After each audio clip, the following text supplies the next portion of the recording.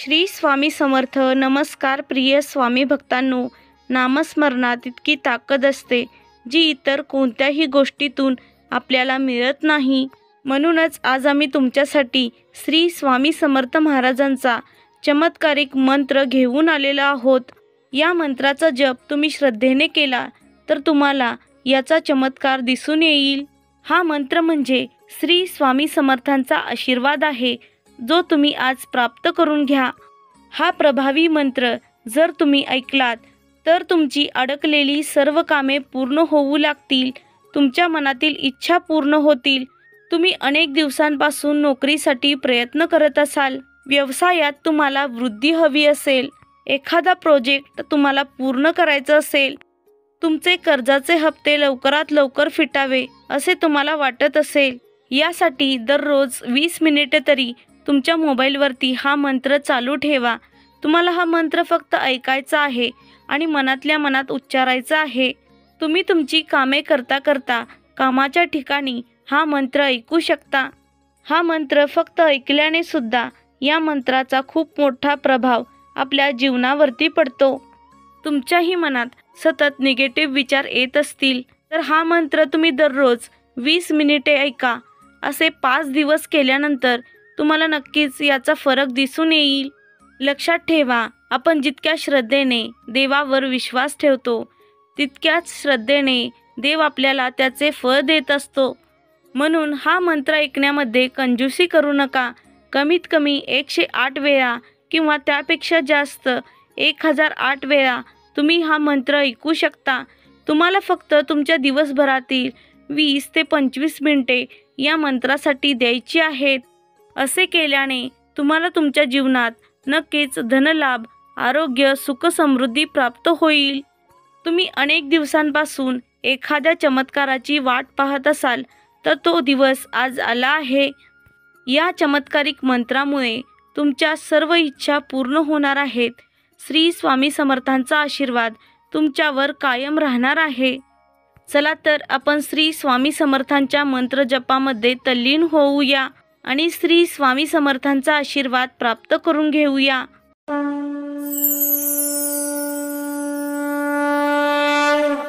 ओम श्री स्वामी समर्थाय सर्वसिद्धिप्रदाय नमः.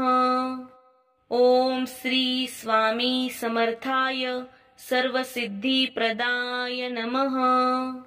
ओम श्री स्वामी समर्थाय सर्वसिद्धिप्रदाय नमः. ओम श्री स्वामी समर्थाय सर्वसिद्धिप्रदाय नमः. ओम श्री स्वामी समर्थाय सर्वसिद्धिप्रदाय नमः. ओम श्री स्वामी समर्थाय सर्वसिद्धिप्रदाय नमः. ओम श्री स्वामी समर्थाय सर्वसिद्धिप्रदाय नमः. ओम श्री स्वामी समर्थाय सर्वसिद्धिप्रदाय नमः. ओम श्री स्वामी समर्थाय सर्वसिद्धिप्रदाय नमः. ओम श्री स्वामी समर्थाय सर्वसिद्धिप्रदाय नमः. ओम श्री स्वामी समर्थाय सर्वसिद्धिप्रदाय नमः. ओम श्री स्वामी समर्थाय सर्वसिद्धिप्रदाय नमः.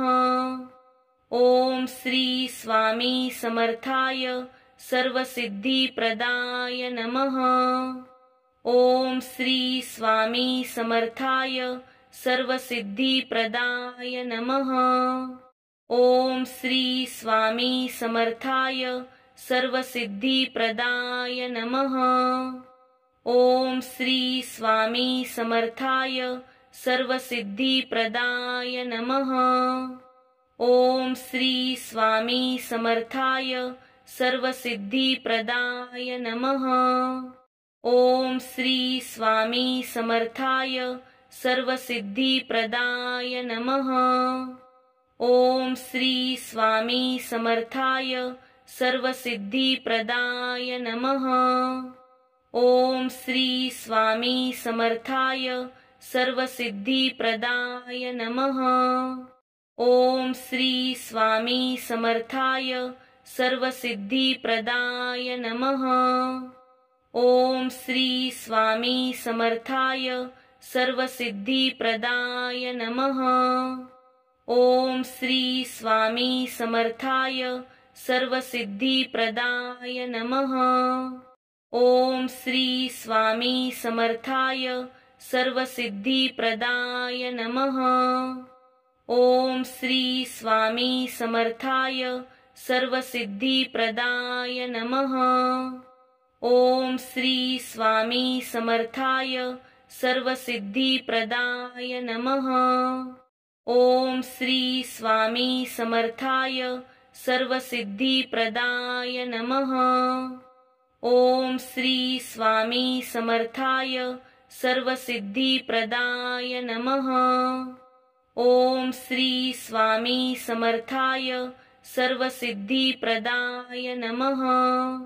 ओम श्री स्वामी समर्थाय सर्वसिद्धिप्रदाय नमः। ओम श्री स्वामी समर्थाय सर्वसिद्धिप्रदाय नमः। ओम श्री स्वामी समर्थाय सर्वसिद्धिप्रदाय नमः। ओम श्री स्वामी समर्थाय सर्वसिद्धिप्रदाय नमः। ओम श्री स्वामी समर्थाय सर्वसिद्धिप्रदाय नमः। ओम श्री स्वामी समर्थाय सर्वसिद्धिप्रदाय नमः। ओम श्री स्वामी समर्थाय सर्वसिद्धिप्रदाय नमः। ओम श्री स्वामी समर्थाय सर्वसिद्धिप्रदाय नमः। ओम श्री स्वामी समर्थाय सर्वसिद्धिप्रदाय नमः। ओम श्री स्वामी समर्थाय सर्वसिद्धिप्रदाय नमः। ओम श्री स्वामी समर्थाय सर्वसिद्धिप्रदाय नमः। ओम श्री स्वामी समर्थाय सर्वसिद्धिप्रदाय नमः। ओम श्री स्वामी समर्थाय सर्वसिद्धिप्रदाय नमः। ओम श्री स्वामी समर्थाय सर्वसिद्धिप्रदाय नमः।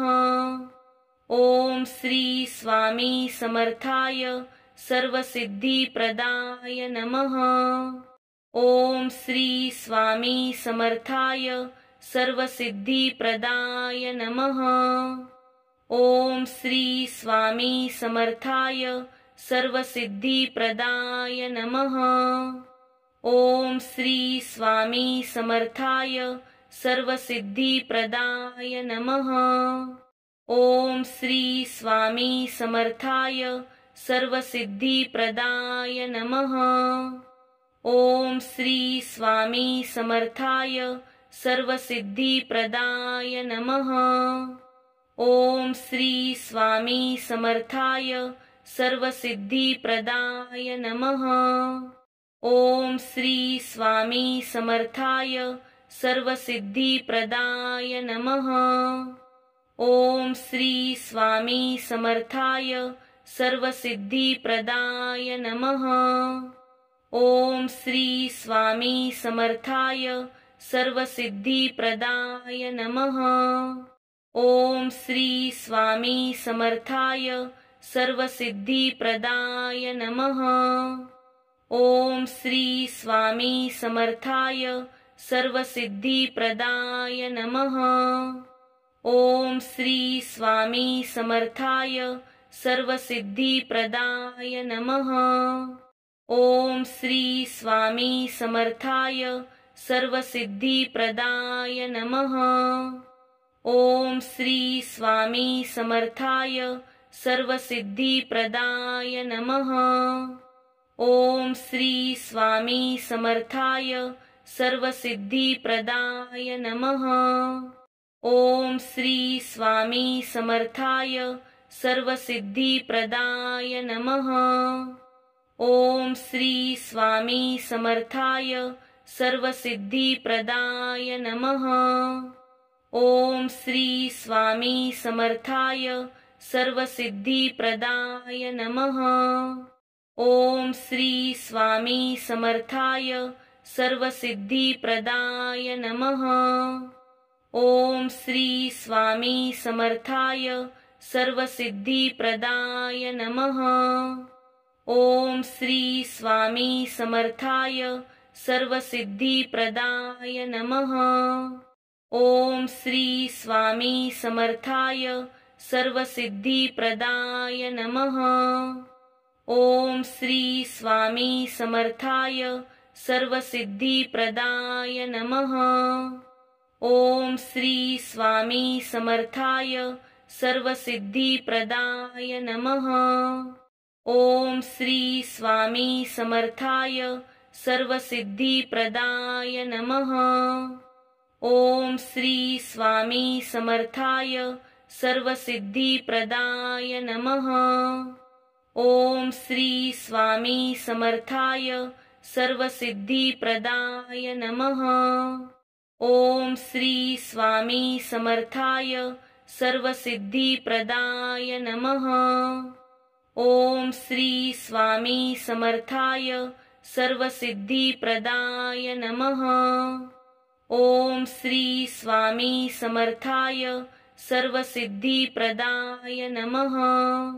ओम श्री स्वामी समर्थाय सर्वसिद्धिप्रदाय नमः। ओम श्री स्वामी समर्थाय सर्वसिद्धिप्रदाय नमः। ओम श्री स्वामी समर्थाय सर्वसिद्धिप्रदाय नमः। ओम श्री स्वामी समर्थाय सर्वसिद्धिप्रदाय नमः। ओम श्री स्वामी समर्थाय सर्वसिद्धिप्रदाय नमः। ओम श्री स्वामी समर्थाय सर्वसिद्धिप्रदाय नमः। ओम श्री स्वामी समर्थाय सर्वसिद्धिप्रदाय नमः। ओम श्री स्वामी समर्थाय सर्वसिद्धिप्रदाय नमः। ओम श्री स्वामी समर्थाय सर्वसिद्धिप्रदाय नमः। ओम श्री स्वामी समर्थाय सर्वसिद्धिप्रदाय नमः। ओम श्री स्वामी समर्थाय सर्वसिद्धिप्रदाय नमः। ओम श्री स्वामी समर्थाय सर्वसिद्धिप्रदाय नमः। ओम श्री स्वामी समर्थाय सर्वसिद्धिप्रदाय नमः। ओम श्री स्वामी समर्थाय सर्वसिद्धिप्रदाय नमः। ओम श्री स्वामी समर्थाय सर्वसिद्धिप्रदाय नमः। ओम श्री स्वामी समर्थाय सर्वसिद्धिप्रदाय नमः। ओम श्री स्वामी समर्थाय सर्वसिद्धिप्रदाय नमः। ओम श्री स्वामी समर्थाय सर्वसिद्धिप्रदाय नमः। ओम श्री स्वामी समर्थाय सर्वसिद्धिप्रदाय नमः। ओम श्री स्वामी समर्थाय सर्वसिद्धिप्रदाय नमः। ओम श्री स्वामी समर्थाय सर्वसिद्धिप्रदाय नमः। ओम श्री स्वामी समर्थाय सर्वसिद्धिप्रदाय नमः। ओम श्री स्वामी समर्थाय सर्वसिद्धिप्रदाय नमः। ओम श्री स्वामी समर्थाय सर्वसिद्धिप्रदाय नमः। ओम श्री स्वामी समर्थाय सर्वसिद्धिप्रदाय नमः। ओम श्री स्वामी समर्थाय सर्वसिद्धिप्रदाय नमः। ओम श्री स्वामी समर्थाय सर्वसिद्धिप्रदाय नमः। ओम श्री स्वामी समर्थाय सर्वसिद्धिप्रदाय नमः। ओम श्री स्वामी समर्थाय सर्वसिद्धिप्रदाय नमः। ओम श्री स्वामी समर्थाय सर्वसिद्धिप्रदाय नमः। ओम श्री स्वामी समर्थाय सर्वसिद्धिप्रदाय नमः। ओम श्री स्वामी समर्थाय सर्वसिद्धिप्रदाय नमः। ओम श्री स्वामी समर्थाय सर्वसिद्धिप्रदाय नमः। ओम श्री स्वामी समर्थाय सर्वसिद्धिप्रदाय नमः। ओम श्री स्वामी समर्थाय सर्वसिद्धिप्रदाय नमः। ओम श्री स्वामी समर्थाय सर्वसिद्धिप्रदाय नमः। ओम श्री स्वामी समर्थाय सर्वसिद्धिप्रदाय नमः। ओम श्री स्वामी समर्थाय सर्वसिद्धिप्रदाय नमः। ओम श्री स्वामी समर्थाय सर्वसिद्धिप्रदाय नमः। ओम श्री स्वामी समर्थाय सर्वसिद्धिप्रदाय नमः। ओम श्री स्वामी समर्थाय सर्वसिद्धिप्रदाय नमः। ओम श्री स्वामी समर्थाय सर्वसिद्धिप्रदाय नमः। ओम श्री स्वामी समर्थाय सर्वसिद्धिप्रदाय नमः। ओम श्री स्वामी समर्थाय सर्वसिद्धिप्रदाय नमः। ओम श्री स्वामी समर्थाय सर्वसिद्धिप्रदाय नमः। ओम श्री स्वामी समर्थाय सर्वसिद्धिप्रदाय नमः। ओम श्री स्वामी समर्थाय सर्वसिद्धिप्रदाय नमः। ओम श्री स्वामी समर्थाय सर्वसिद्धिप्रदाय नमः। ओम श्री स्वामी समर्थाय सर्वसिद्धिप्रदाय नमः। ओम श्री स्वामी समर्थाय सर्वसिद्धिप्रदाय नमः। ओम श्री स्वामी समर्थाय सर्वसिद्धिप्रदाय नमः। ओम श्री स्वामी समर्थाय सर्वसिद्धिप्रदाय नमः। ओम श्री स्वामी समर्थाय सर्वसिद्धिप्रदाय नमः। ओम श्री स्वामी समर्थाय सर्वसिद्धिप्रदाय नमः। ओम श्री स्वामी समर्थाय सर्वसिद्धिप्रदाय नमः। ओम श्री स्वामी समर्थाय सर्वसिद्धिप्रदाय नमः। ओम श्री स्वामी समर्थाय सर्वसिद्धिप्रदाय नमः। ओम श्री स्वामी समर्थाय सर्वसिद्धिप्रदाय नमः। ओम श्री स्वामी समर्थाय सर्वसिद्धिप्रदाय नमः। ओम श्री स्वामी समर्थाय सर्वसिद्धिप्रदाय नमः। ओम श्री स्वामी समर्थाय सर्वसिद्धिप्रदाय नमः। ओम श्री स्वामी समर्थाय सर्वसिद्धिप्रदाय नमः। ओम श्री स्वामी समर्थाय सर्वसिद्धिप्रदाय नमः। ओम श्री स्वामी समर्थाय सर्वसिद्धिप्रदाय नमः। ओम श्री स्वामी समर्थाय सर्वसिद्धिप्रदाय नमः। ओम श्री स्वामी समर्थाय सर्वसिद्धिप्रदाय नमः। ओम श्री स्वामी समर्थाय सर्वसिद्धिप्रदाय नमः। ओम श्री स्वामी समर्थाय सर्वसिद्धिप्रदाय नमः।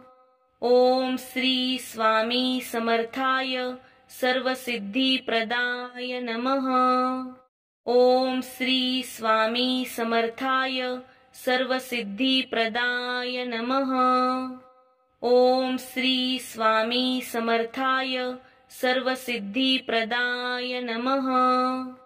ओम श्री स्वामी समर्थाय सर्वसिद्धिप्रदाय नमः।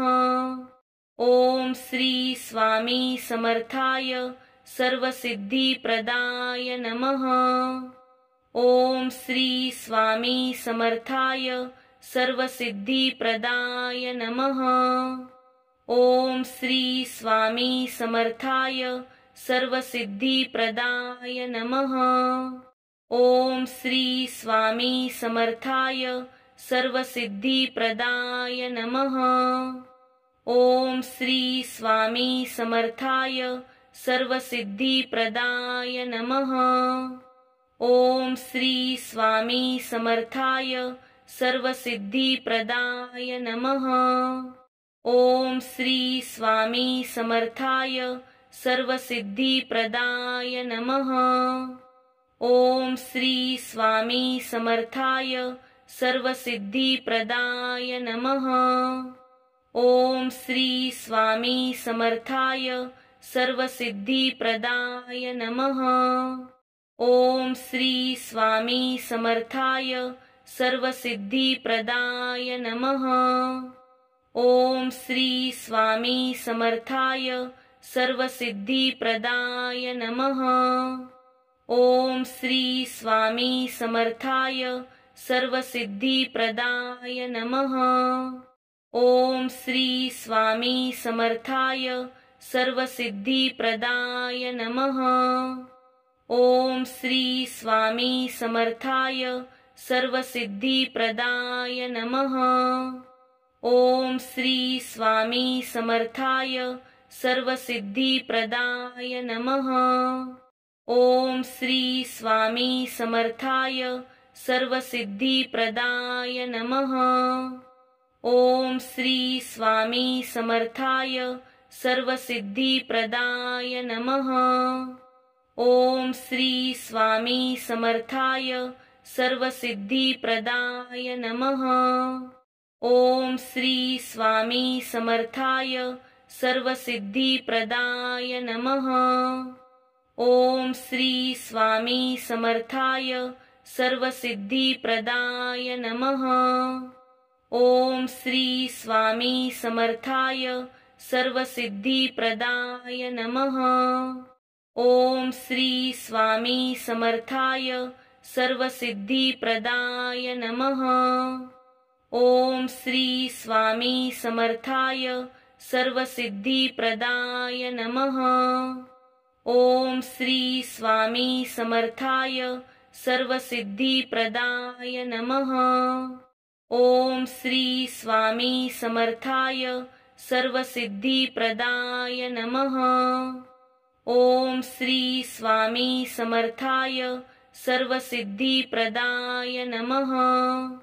ओम श्री स्वामी समर्थाय सर्वसिद्धिप्रदाय नमः।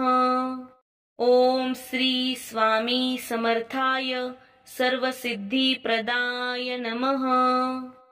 ओम श्री स्वामी समर्थाय सर्वसिद्धिप्रदाय नमः। ओम श्री स्वामी समर्थाय सर्वसिद्धिप्रदाय नमः।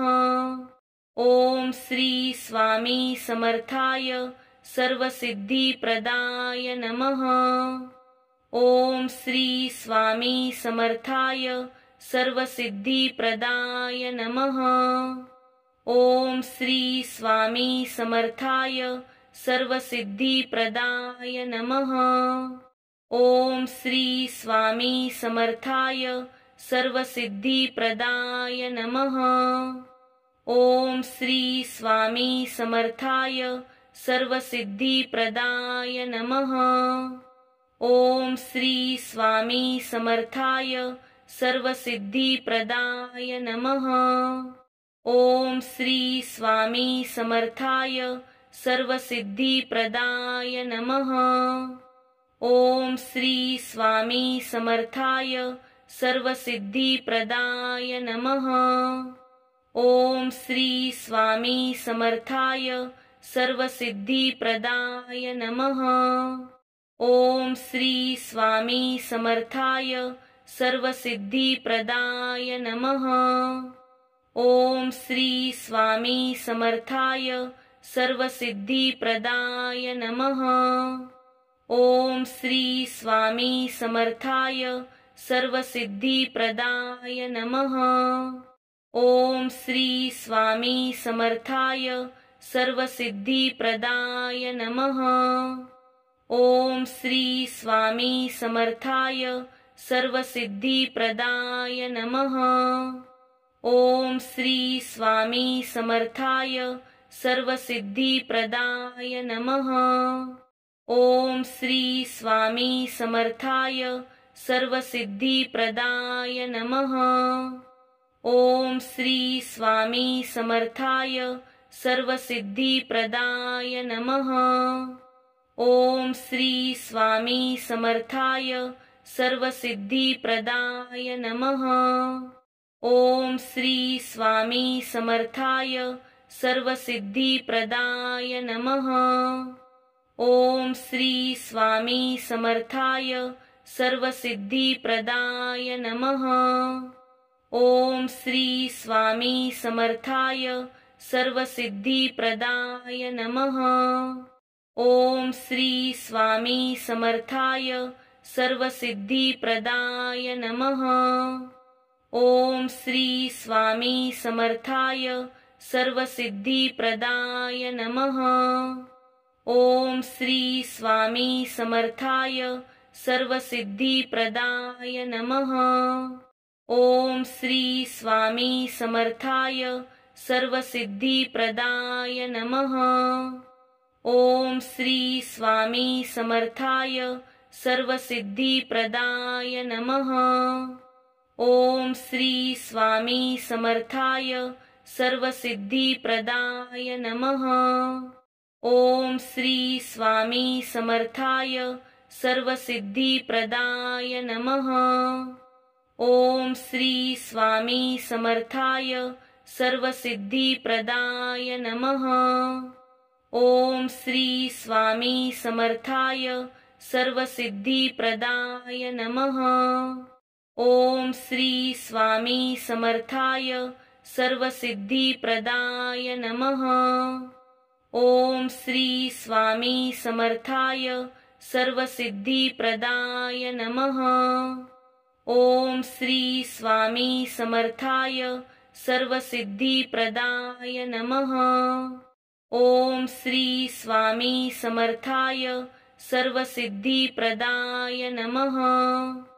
ओम श्री स्वामी समर्थाय सर्वसिद्धिप्रदाय नमः। ओम श्री स्वामी समर्थाय सर्वसिद्धिप्रदाय नमः। ओम श्री स्वामी समर्थाय सर्वसिद्धिप्रदाय नमः। ओम श्री स्वामी समर्थाय सर्वसिद्धिप्रदाय नमः। ओम श्री स्वामी समर्थाय सर्वसिद्धिप्रदाय नमः। ओम श्री स्वामी समर्थाय सर्वसिद्धिप्रदाय नमः। ओम श्री स्वामी समर्थाय सर्वसिद्धिप्रदाय नमः। ओम श्री स्वामी समर्थाय सर्वसिद्धिप्रदाय नमः। ओम श्री स्वामी समर्थाय सर्वसिद्धिप्रदाय नमः। ओम श्री स्वामी समर्थाय सर्वसिद्धिप्रदाय नमः। ओम श्री स्वामी समर्थाय सर्वसिद्धिप्रदाय नमः। ओम श्री स्वामी समर्थाय सर्वसिद्धिप्रदाय नमः। ओम श्री स्वामी समर्थाय सर्वसिद्धिप्रदाय नमः। ओम श्री स्वामी समर्थाय सर्वसिद्धिप्रदाय नमः। ओम श्री स्वामी समर्थाय सर्वसिद्धिप्रदाय नमः। ओम श्री स्वामी समर्थाय सर्वसिद्धिप्रदाय नमः। ओम श्री स्वामी समर्थाय सर्वसिद्धिप्रदाय नमः। ओम श्री स्वामी समर्थाय सर्वसिद्धिप्रदाय नमः। ओम श्री स्वामी समर्थाय सर्वसिद्धिप्रदाय नमः। ओम श्री स्वामी समर्थाय सर्वसिद्धिप्रदाय नमः। ओम श्री स्वामी समर्थाय सर्वसिद्धिप्रदाय नमः। ओम श्री स्वामी समर्थाय सर्वसिद्धिप्रदाय नमः। ओम श्री स्वामी समर्थाय सर्वसिद्धिप्रदाय नमः। ओम श्री स्वामी समर्थाय सर्वसिद्धिप्रदाय नमः।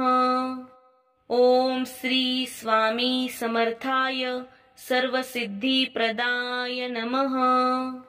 ओम श्री स्वामी समर्थाय सर्वसिद्धिप्रदाय नमः। ओम श्री स्वामी समर्थाय सर्वसिद्धिप्रदाय नमः। ओम श्री स्वामी समर्थाय सर्वसिद्धिप्रदाय नमः। ओम श्री स्वामी समर्थाय सर्वसिद्धिप्रदाय नमः। ओम श्री स्वामी समर्थाय सर्वसिद्धिप्रदाय नमः। ओम श्री स्वामी समर्थाय सर्वसिद्धिप्रदाय नमः। ओम श्री स्वामी समर्थाय सर्वसिद्धिप्रदाय नमः। ओम श्री स्वामी समर्थाय सर्वसिद्धिप्रदाय नमः। ओम श्री स्वामी समर्थाय सर्वसिद्धिप्रदाय नमः। ओम श्री स्वामी समर्थाय सर्वसिद्धिप्रदाय नमः। ओम श्री स्वामी समर्थाय सर्वसिद्धिप्रदाय नमः। ओम श्री स्वामी समर्थाय सर्वसिद्धिप्रदाय नमः। ओम श्री स्वामी समर्थाय सर्वसिद्धिप्रदाय नमः। ओम श्री स्वामी समर्थाय सर्वसिद्धिप्रदाय नमः। ओम श्री स्वामी समर्थाय सर्वसिद्धिप्रदाय नमः। ओम श्री स्वामी समर्थाय सर्वसिद्धिप्रदाय नमः। ओम श्री स्वामी समर्थाय सर्वसिद्धिप्रदाय नमः। ओम श्री स्वामी समर्थाय सर्वसिद्धिप्रदाय नमः। ओम श्री स्वामी समर्थाय सर्वसिद्धिप्रदाय नमः। ओम श्री स्वामी समर्थाय सर्वसिद्धिप्रदाय नमः। ओम श्री स्वामी समर्थाय सर्वसिद्धिप्रदाय नमः। ओम श्री स्वामी समर्थाय सर्वसिद्धिप्रदाय नमः। ओम श्री स्वामी समर्थाय सर्वसिद्धिप्रदाय नमः। ओम श्री स्वामी समर्थाय सर्वसिद्धिप्रदाय नमः। ओम श्री स्वामी समर्थाय सर्वसिद्धिप्रदाय नमः। ओम श्री स्वामी समर्थाय सर्वसिद्धिप्रदाय नमः। ओम श्री स्वामी समर्थाय सर्वसिद्धिप्रदाय नमः। ओम श्री स्वामी समर्थाय सर्वसिद्धिप्रदाय नमः। ओम श्री स्वामी समर्थाय सर्वसिद्धिप्रदाय नमः। ओम श्री स्वामी समर्थाय सर्वसिद्धिप्रदाय नमः। ओम श्री स्वामी समर्थाय सर्वसिद्धिप्रदाय नमः। ओम श्री स्वामी समर्थाय सर्वसिद्धिप्रदाय नमः। ओम श्री स्वामी समर्थाय सर्वसिद्धिप्रदाय नमः। ओम श्री स्वामी समर्थाय सर्वसिद्धिप्रदाय नमः। ओम श्री स्वामी समर्थाय सर्वसिद्धिप्रदाय नमः। ओम श्री स्वामी समर्थाय सर्वसिद्धिप्रदाय नमः। ओम श्री स्वामी समर्थाय सर्वसिद्धिप्रदाय नमः। ओम श्री स्वामी समर्थाय सर्वसिद्धिप्रदाय नमः। ओम श्री स्वामी समर्थाय सर्वसिद्धिप्रदाय नमः।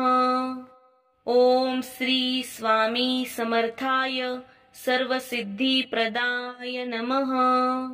ओम श्री स्वामी समर्थाय सर्वसिद्धिप्रदाय नमः।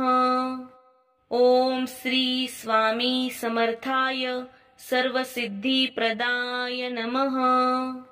ओम श्री स्वामी समर्थाय सर्वसिद्धिप्रदाय नमः। ओम श्री स्वामी समर्थाय सर्वसिद्धिप्रदाय नमः। ओम श्री स्वामी समर्थाय सर्वसिद्धिप्रदाय नमः। ओम श्री स्वामी समर्थाय सर्वसिद्धिप्रदाय नमः। ओम श्री स्वामी समर्थाय सर्वसिद्धिप्रदाय नमः। ओम श्री स्वामी समर्थाय सर्वसिद्धिप्रदाय नमः।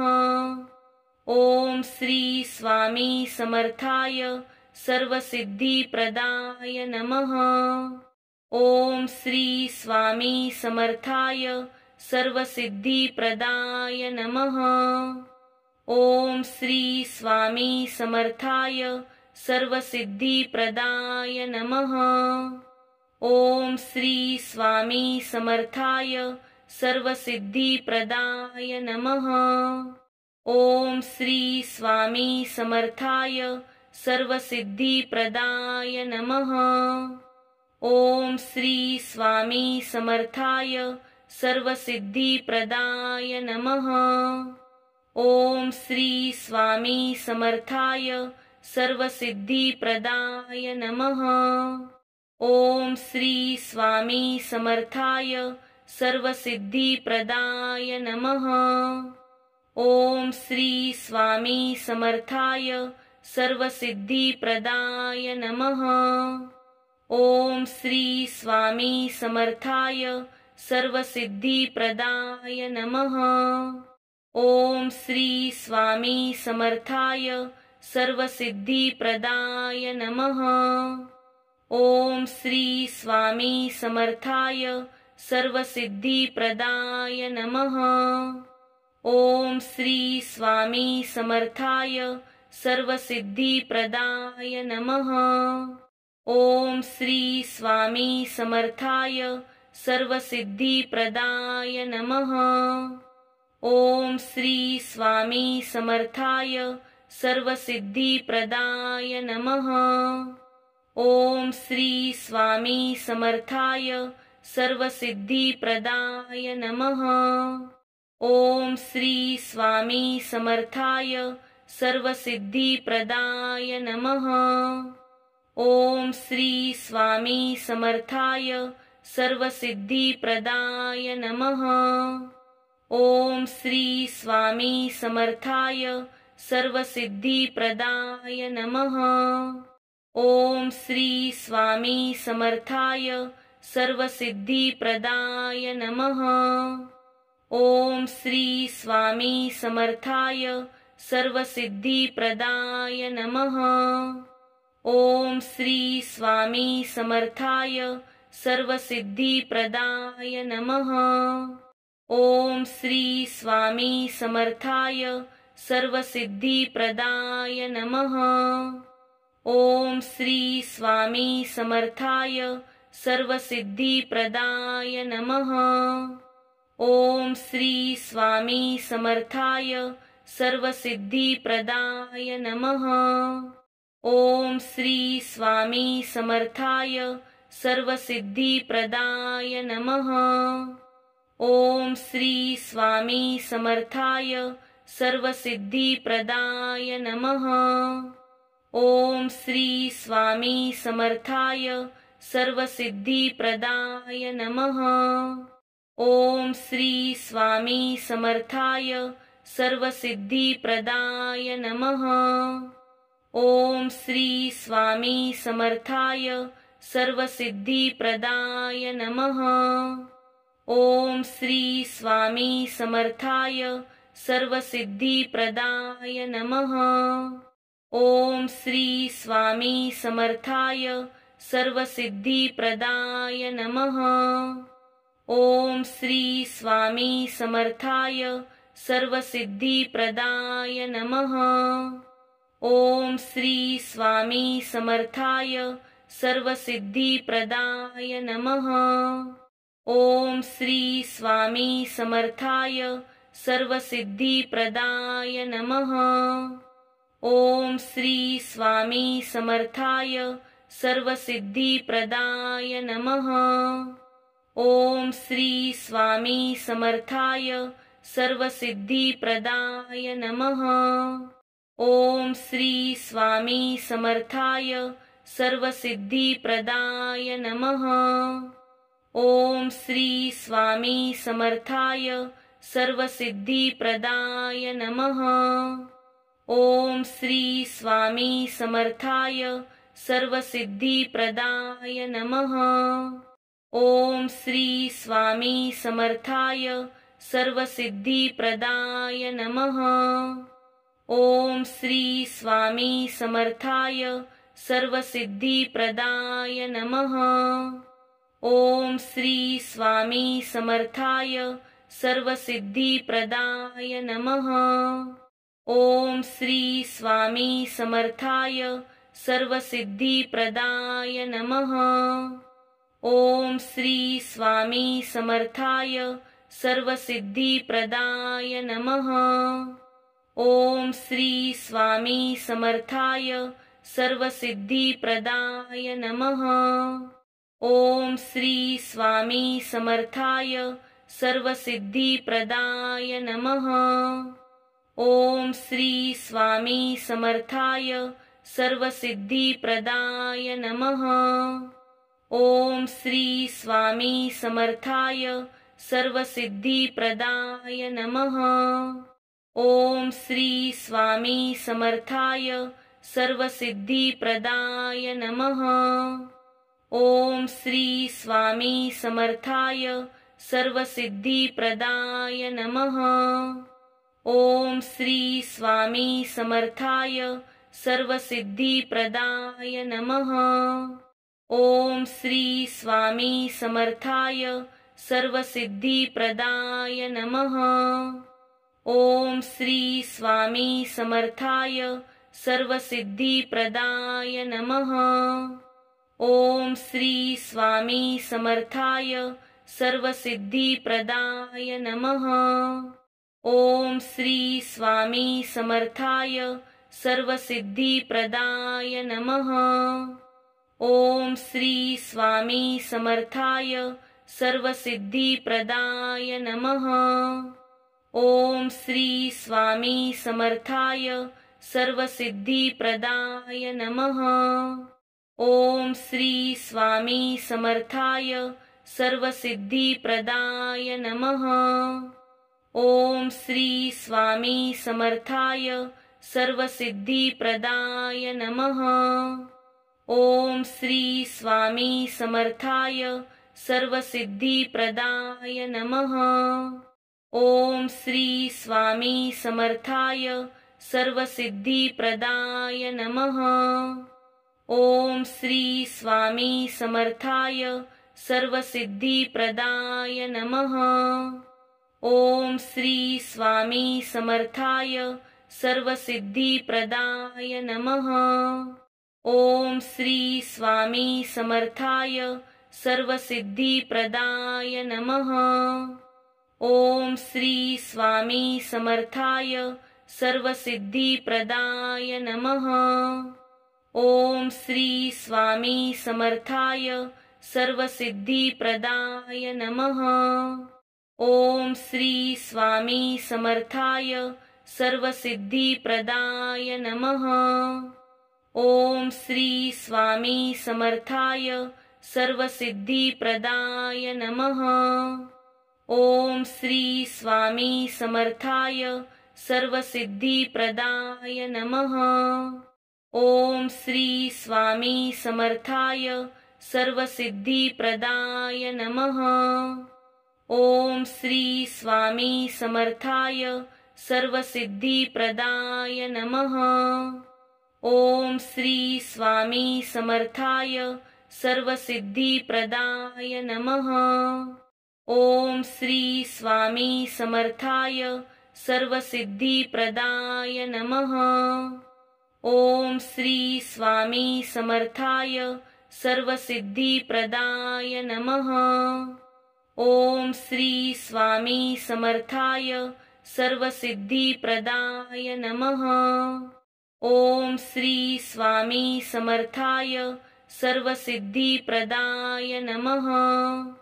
ओम श्री स्वामी समर्थाय सर्वसिद्धिप्रदाय नमः। ओम श्री स्वामी समर्थाय सर्वसिद्धिप्रदाय नमः। ओम श्री स्वामी समर्थाय सर्वसिद्धिप्रदाय नमः। ओम श्री स्वामी समर्थाय सर्वसिद्धिप्रदाय नमः। ओम श्री स्वामी समर्थाय सर्वसिद्धिप्रदाय नमः। ओम श्री स्वामी समर्थाय सर्वसिद्धिप्रदाय नमः। ओम श्री स्वामी समर्थाय सर्वसिद्धिप्रदाय नमः। ओम श्री स्वामी समर्थाय सर्वसिद्धिप्रदाय नमः। ओम श्री स्वामी समर्थाय सर्वसिद्धिप्रदाय नमः। ओम श्री स्वामी समर्थाय सर्वसिद्धिप्रदाय नमः। ओम श्री स्वामी समर्थाय सर्वसिद्धिप्रदाय नमः। ओम श्री स्वामी समर्थाय सर्वसिद्धिप्रदाय नमः। ओम श्री स्वामी समर्थाय सर्वसिद्धिप्रदाय नमः। ओम श्री स्वामी समर्थाय सर्वसिद्धिप्रदाय नमः। ओम श्री स्वामी समर्थाय सर्वसिद्धिप्रदाय नमः। ओम श्री स्वामी समर्थाय सर्वसिद्धिप्रदाय नमः। ओम श्री स्वामी समर्थाय सर्वसिद्धिप्रदाय नमः। ओम श्री स्वामी समर्थाय सर्वसिद्धिप्रदाय नमः। ओम श्री स्वामी समर्थाय सर्वसिद्धिप्रदाय नमः। ओम श्री स्वामी समर्थाय सर्वसिद्धिप्रदाय नमः। ओम श्री स्वामी समर्थाय सर्वसिद्धिप्रदाय नमः। ओम श्री स्वामी समर्थाय सर्वसिद्धिप्रदाय नमः। ओम श्री स्वामी समर्थाय सर्वसिद्धिप्रदाय नमः। ओम श्री स्वामी समर्थाय सर्वसिद्धिप्रदाय नमः। ओम श्री स्वामी समर्थाय सर्वसिद्धिप्रदाय नमः। ओम श्री स्वामी समर्थाय सर्वसिद्धिप्रदाय नमः। ओम श्री स्वामी समर्थाय सर्वसिद्धिप्रदाय नमः। ओम श्री स्वामी समर्थाय सर्वसिद्धिप्रदाय नमः। ओम श्री स्वामी समर्थाय सर्वसिद्धिप्रदाय नमः। ओम श्री स्वामी समर्थाय सर्वसिद्धिप्रदाय नमः। ओम श्री स्वामी समर्थाय सर्वसिद्धिप्रदाय नमः। ओम श्री स्वामी समर्थाय सर्वसिद्धिप्रदाय नमः।